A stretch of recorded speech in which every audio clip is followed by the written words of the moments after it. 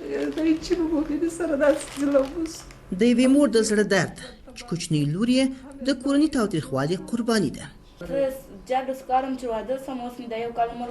دغه 14 کلنه نجلۍ چې نه غواړي نوم یې یاد سي، یو کال مخکې د خپل مور د ماما په غوښتنه یو 14 کلن سړي ته واده سوه. اوس یې د کندهار څارنوالۍ ته شکایت کړی او طلاق غواړي. مور یې وایي چې سپین ږیري زوم یې دوی تېر ایستل او لور یې ترې واده کړه. ټوله دنیا کې داسې سور څراغ یم وایي کشر نجلۍ مشر سړي ته ورکړه په سرای باندې. ها سرای دی ها سرای دی، نوم مې نوم بد سو.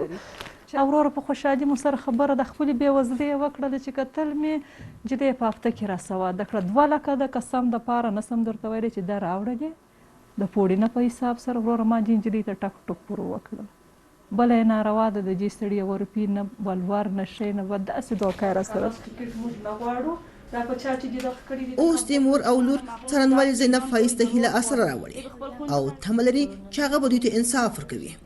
اغلې فایز د کندهار په څارنوالۍ کې یوازینی ښځینه څارنوال ده چې له میرمنو سره د سوي تاوتریخوالي دوسیې څېړي. په دې تیره موده یعنې یو کال کې مې له ښځو سره د شوي تاوتریخوالي شاوخوا 450 قضیې څېړلې دي. د ځینو په اړه محکمې پریکړه هم کړې. تر ډیره دا قضیې د وهلو ټکولو، وژنې، جنسي تیري، په بدو او کم عمرۍ کې د نجونو ورکړې، له میراثه د دوی پاتې کېدل او د ځینو نورو ستونزو په اړه دي. 28 کلنې زینب فایز ته په دودیزه ټولنه کې ستونزمن ماموریت ورلغاړې دي. عدالت ته د ښځو لاسرسی، هغه څه چې په تېرو کلونو کې ورته خورا لږ پام شوی. اغلې فایز وایي چې په عدلي ارګانونو کې د ښځو پراخ حضور ښایي پر دغه بنسټونو د ښځو باور زیات او ګڼې مېرمنې به زړه ښه کړي چې د دوی سره د سوي زیاتي په اړه په ډاډه زړه غږ پورته کړي. خو له دې هر څه سره سره لا هم ګڼې داسې دوسیې پاتې دي چې د تاوتریخوالي ښکار شوي مېرمنې په اړه نه خبرې کوي او نه هم غواړي شکایت ثبت کړي. که څه هم په کندهار کې عدلي او قضایي ارګانونه وایي چې په تېر 1 کال کې د مېرمنو په وړاندې د تاوتریخوالي شاوخوا 50 دوسیې څېړلې، خو په دغه ولایت کې د بشري حقونو د خپلواک کمیسیون شمېرې د تاوتریخوالي کچه خورا لوړه ښیي.